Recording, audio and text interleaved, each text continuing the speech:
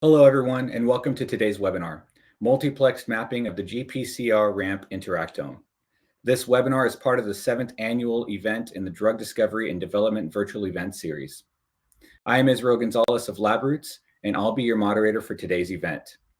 Today's educational web seminar is presented by Labroots and sponsored by Luminex. Before we begin, I would like to remind everyone that this is an interactive event. We encourage you to first participate by communicating with other attendees using our live chat feature during the presentation. You can find the live chat located at the left of your screen. If you have any trouble seeing or hearing the presentation, click on the Help Desk button located at the top of your screen within the navigation bar or from the lobby within the event. Now let's get started. I now present today's speaker, Jochen Schwenk, Professor in Translational Proteomics, KTH, Royal Institute of Technology. For a complete biography on our speaker, please visit the Presenter tab from the menu on the left of your screen. Jochen, you may now begin your presentation.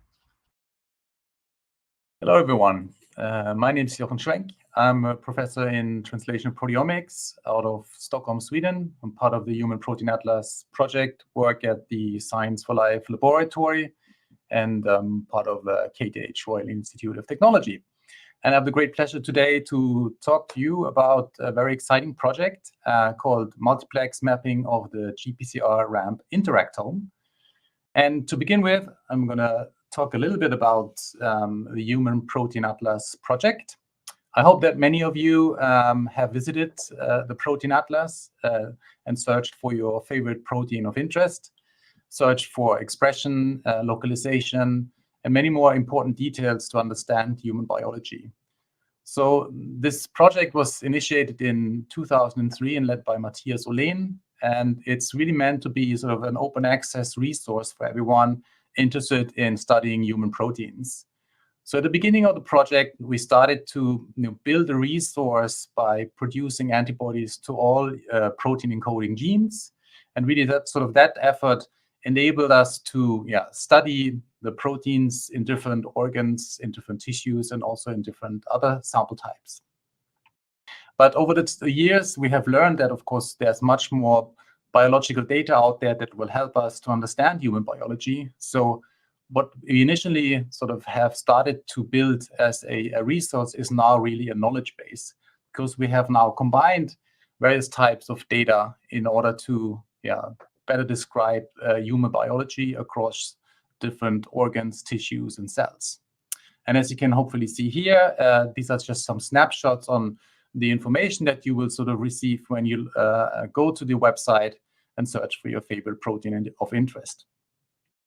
So over the many years that I've been working with this project, of course, my primary interest has been on studying proteins in relation to human diseases.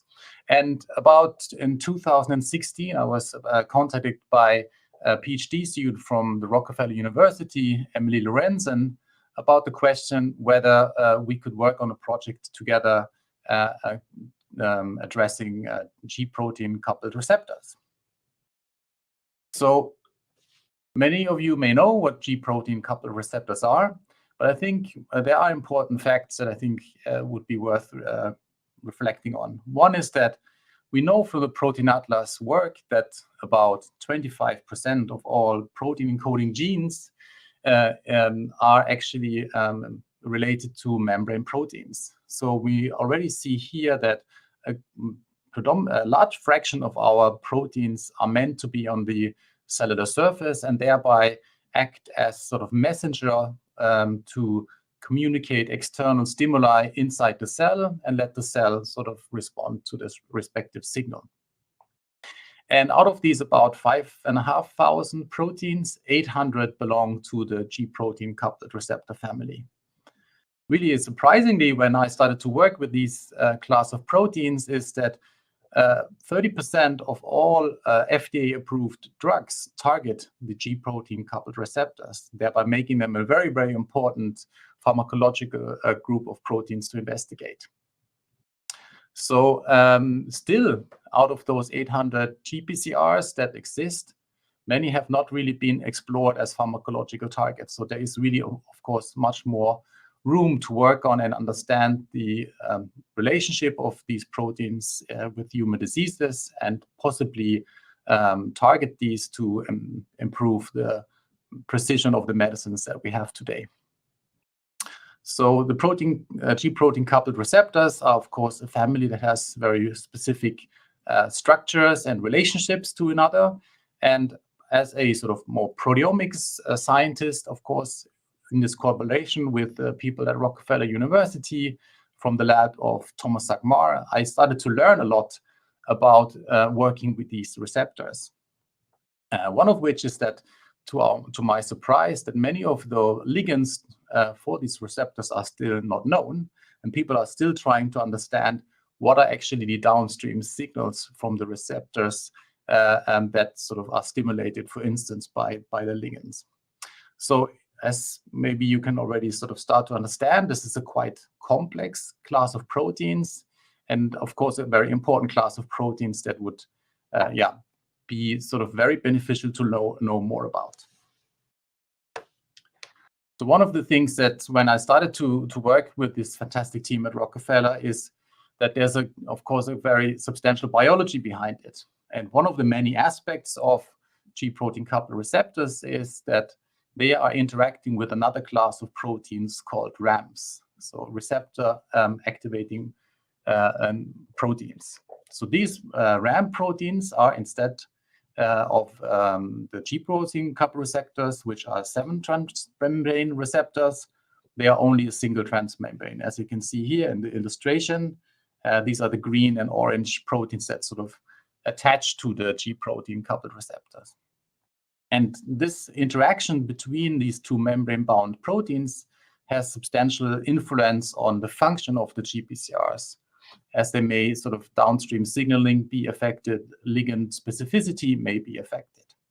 And what researchers across the globe are now trying to understand, what is the implication of these interactions on the functions of GPCRs, and of course, what are the tools that exist today in order to study these interactions.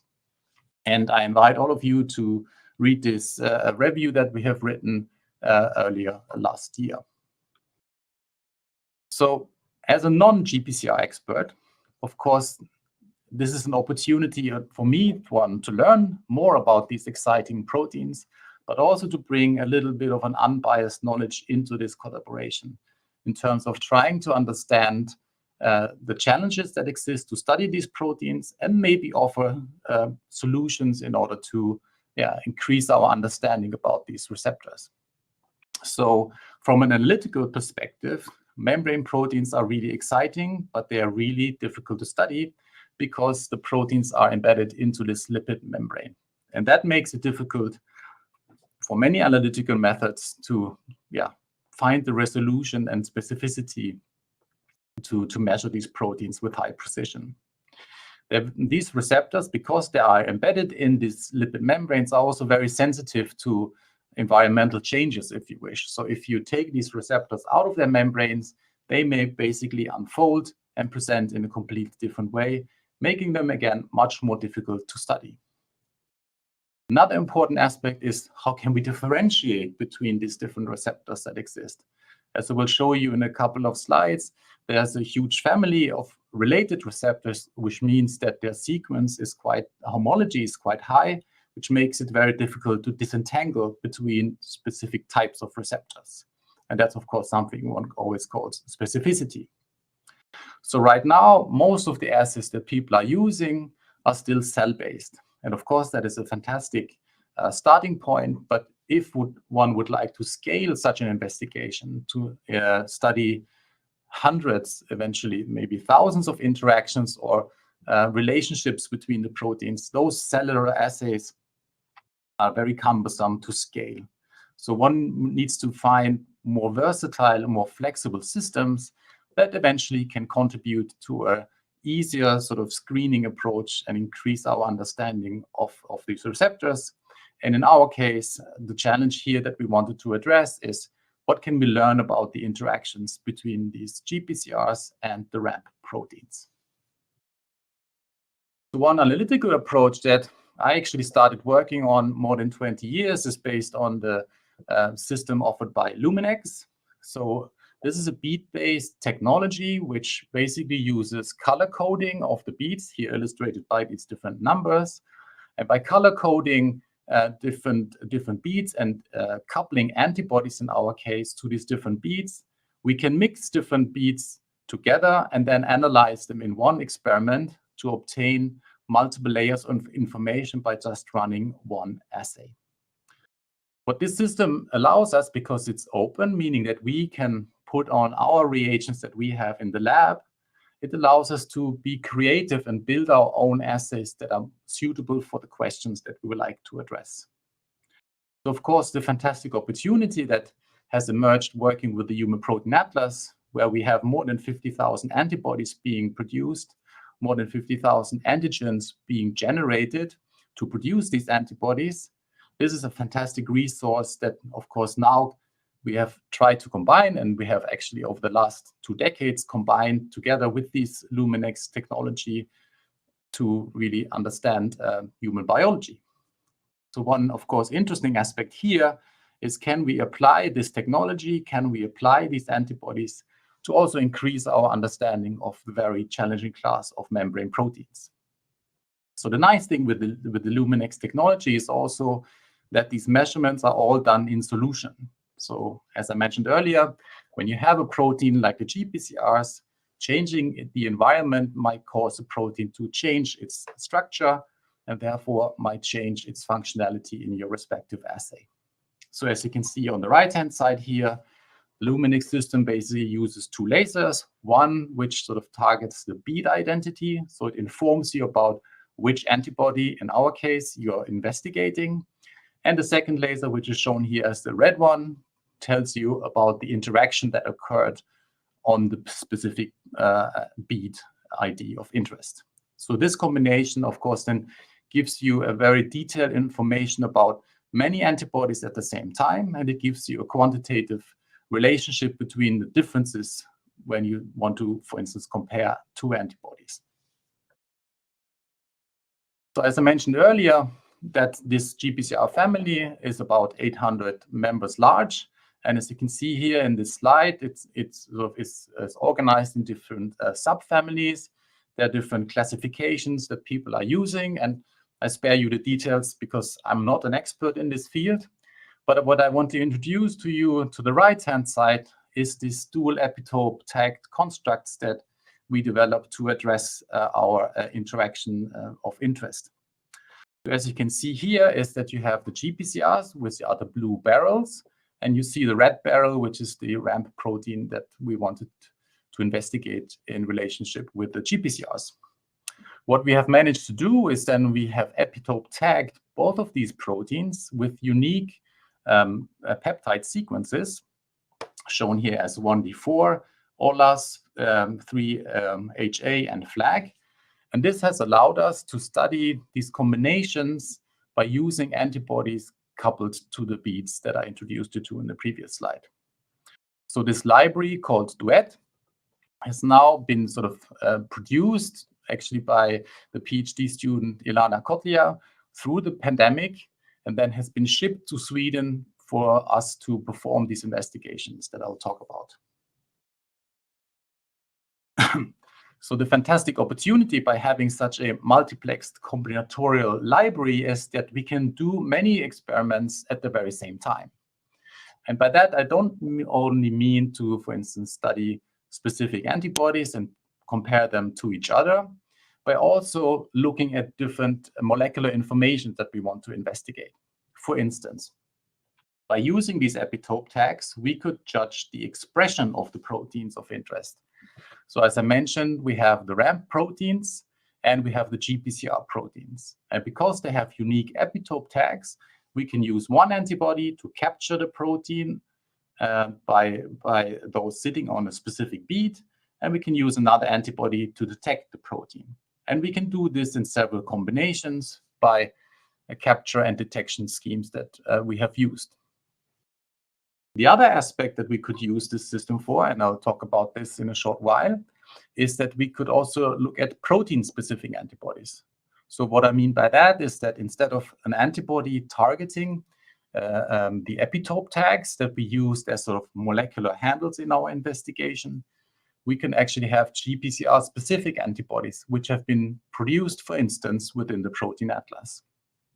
So again, we can use the very same system in the same experiment, basically capture a specific GPCR antibody and then do the detection by this epitope tag that we have available. And this, of course, allows us to do expression analysis and sort of specificity analysis at the same time. What we, of course, built this system for is not to look only at expression. It's not only to look at antibody specificity, it's actually to look at interaction. So hopefully by now I have made you understood that we have this GPCR duet library, which uses epitope tags. So we can use several combinations of these epitope tags to actually confirm that an interaction has occurred. And that is shown here on the right-hand side. So we can use one specific antibody for capturing a GPCR via the epitope tag, and we can use another antibody which targets an epitope tag of the RAMP protein to confirm that an interaction has occurred, because only those two will be sitting on the same bead if still the two proteins are attached to each other. That system we can, of course, also turn around, which means we can capture a RAMP protein and detect via the GPCR. So again, we have a second layer of confirmation that an interaction had occurred.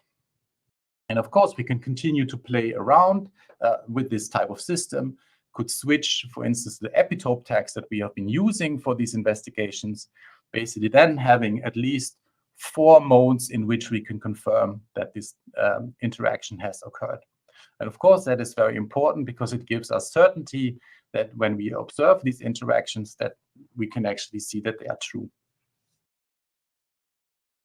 So this work has already been published about 4 years ago, which basically laid the foundation of the investigation that I'm showing you later on today. So in this pilot study, we have limited ourselves to a group of secretin-like receptors, which are about 23 GPCRs. And then we have investigated the interactions of 3 ramps with these receptors. The important thing here, of course, is how can you get a receptor that is sitting in a membrane into a soluble form so that you can investigate it in solution. So here we've been very fortunate that the detergent dodecyl multisite has really worked fantastically in combination with the antibodies, with the Luminex system, and of course with the GPCRs. So once we extracted the receptors from the membrane, they were still in a form where we could detect them in a very high precision manner. So here you see some examples of interaction maps that occurred. And as I mentioned earlier, we have been using several modes in order to confirm that an interaction has occurred. And as you can see in some examples here, the one in the center, we only have one combination which we could confirm this interaction between the RAMP2 and this receptor, whereas the calcitonin receptor example shown on the top right-hand side, of course, many more layers of confirmation could be added. And of course, the certainty about this interaction is much higher.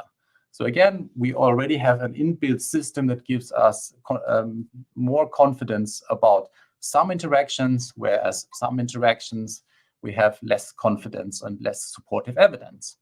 Of course, that is something that biology always puts us as a challenge. But of course, this is also the observations that will lead to important findings, because in some of these instances, these proteins may actually in the real life situation never be co-expressed in a cell, whereas in some situations they may actually be co-expressed, but no interaction could be measured. So again, both of these scenarios are important to be considered.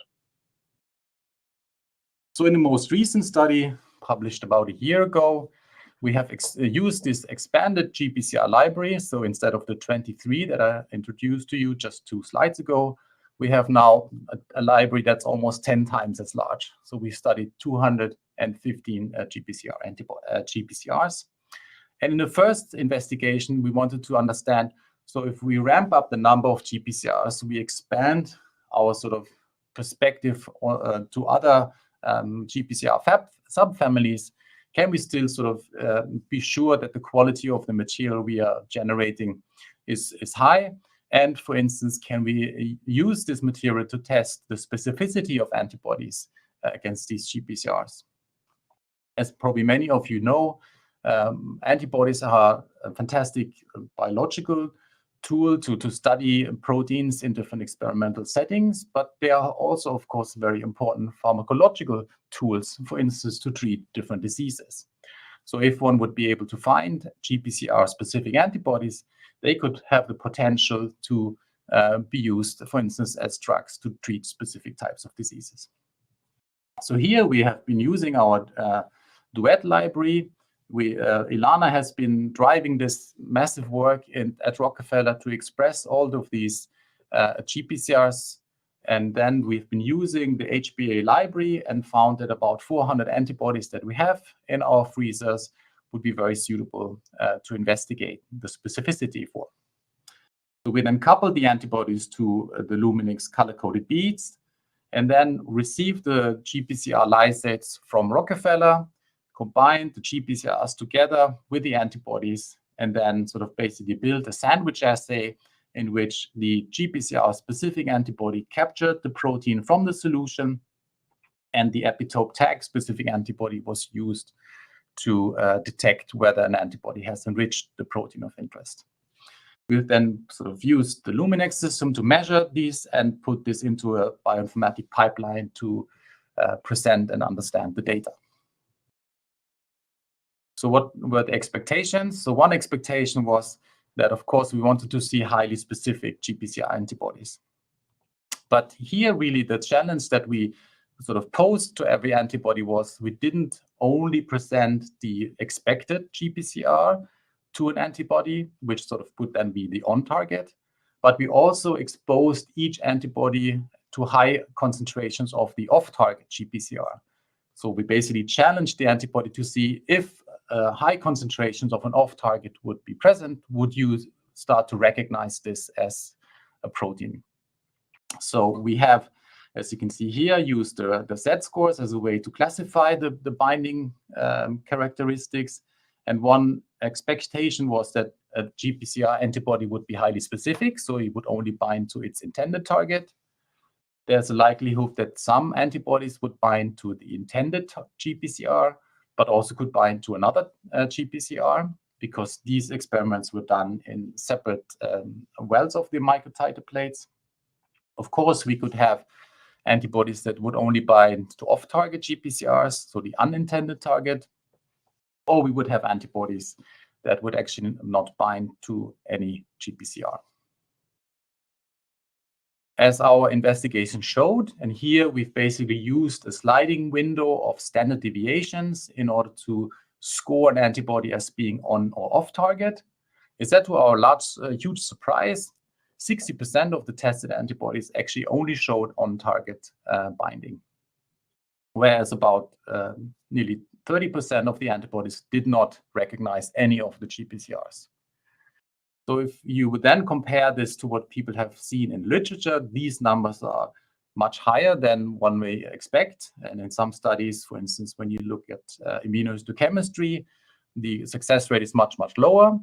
But I think here the advantage is several-fold. One, we maintain the integrity of the GPCR by solubilizing it and keeping it in a solution. Two, when we prepare these elutions, these lysates from the GPCRs, we basically do not have any intracellular proteins, which would then maybe serve as possible off-targets. And we basically challenge the system in a very clean way, where we have only these micelles from the GPCR that we are investigating at a time, meaning that there are no other or fewer other factors influencing the interaction between the membrane protein and the GPCR antibody. But again, it's important to stress that we also had these off-targets, meaning GPCRs that were not compatible or not meant to be recognized by an antibody. We had these present at the same concentration as also the on-target. So we could still see that even challenging antibodies with these higher concentrations would not cause the antibodies to bind to these GPCRs. So we then, for instance, looked at the binding domains. So could see that, of course, the loops that the GPCRs have outside of the cellular membrane are the primary targets. And we could see that both extracellular as well as intracellular regions of the GPCRs could be targeted. What was interesting at that time is that, of course, now with experimental data, that's very interesting, and we could investigate whether the success rate was depending on the different subfamilies. We also shown that the success rate of the antibody was slightly dependent on the length of the antigen that was used to produce these antibodies. And here I want to add that in the Human Protein Atlas projects, we used antigens of the length between 20 to 150 amino acids.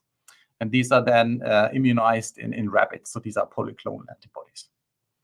But at the time when we worked with this paper, and there was a big splash in our scientific community with the publication around AlphaFold. So where prediction models now existed that would, of course, help us to better understand structures of protein.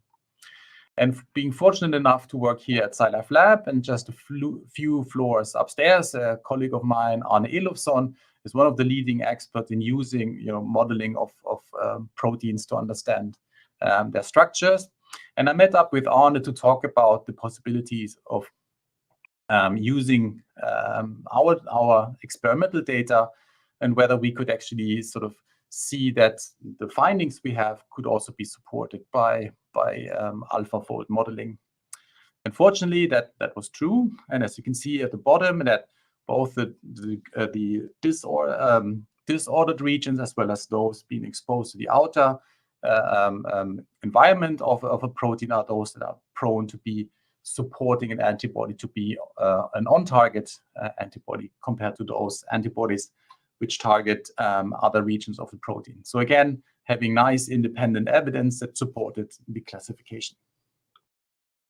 So this also was then sort of summarized into a very nice publication.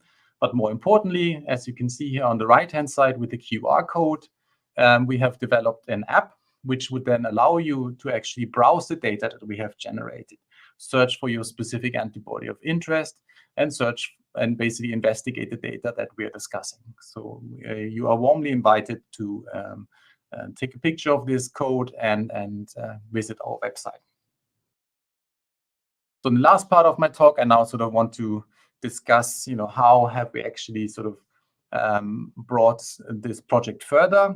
So as I mentioned in the beginning, we have this first pilot study with about 23 GPCRs.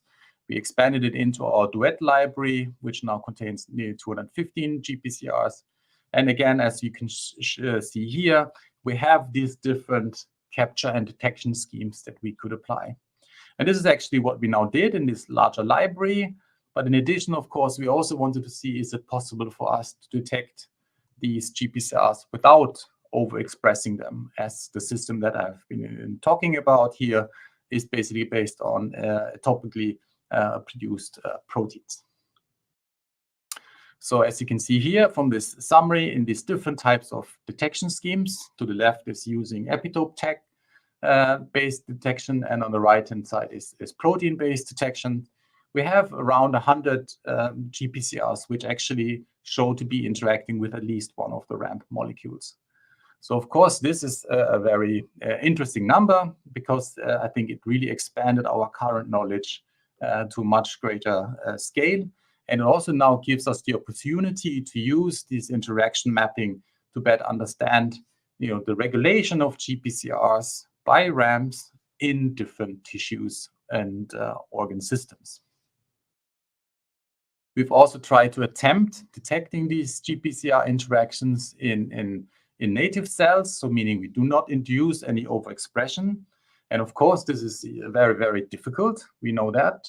As I mentioned earlier, GPCRs are a very difficult class of proteins to be investigated. And I think now that we have had the opportunity to test a large number of antibodies. We've now been using a couple of those to investigate the interaction between RAMPs and GPCRs in 3 different cell lines.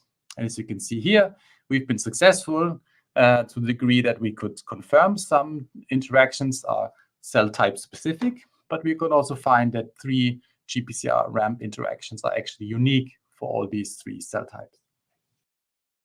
To take this one step further, we've now used a DNA-assisted technology called Boolean. So here, basically, what we can do, we can measure the presence of the GPCRs and the RAMPs on the cell surface. So here, we do not solubilize the GPCRs from the cell membrane, but keep them in the environment in which they are sort of being produced. And then we can use this system to see whether the GPCR is present in interaction or in no interaction with the RAMP of interest. And here are just a couple of examples. We use calcitonin receptor as our positive control, but you could also see here, for instance, for GPCR4 and others, that this was also confirming our investigations that we have achieved on a screening platform. One of the examples that we have now already published is this investigation of the itch receptor. So here we could also see that just specific GPCR and RAMP interactions have actually a downstream effect. So even though receptors interact with each other, they may not, and to a yet to be determined degree, actually influence the downstream signaling, as well as, and as I mentioned earlier, given the uncertainty about the ligand, probably also influence how a ligand will bind to a specific receptor. So with that, I'll come to the end of my presentation. So I hope that in the last couple of minutes, I could show you that we've been using this really versatile and flexible Luminex platform to develop and assay systems to study GPCRs and to study GPCRs as well as antibodies that target these proteins, as well as how GPCRs interact with the receptor modulating protein family called RAMPs. And that this platform now enables us to continue to advance our understanding about these receptors.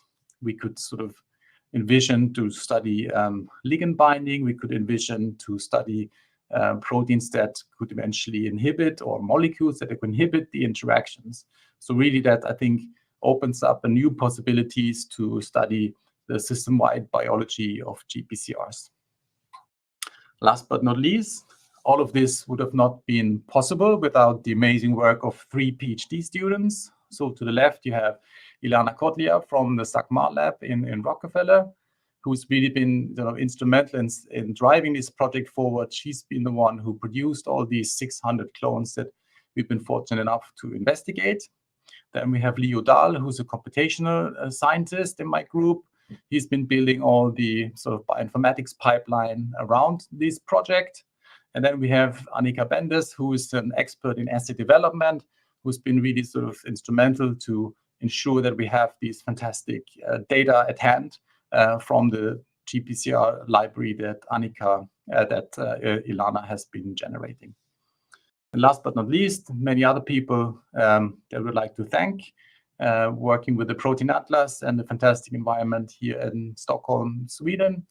And that's all for me today. Thank you so much for your attention. Thank you again, Jochen, for your time today and your important research. Before we go, I'd like to thank the audience for joining us today. I'd also like to thank Luminex for sponsoring today's webinar.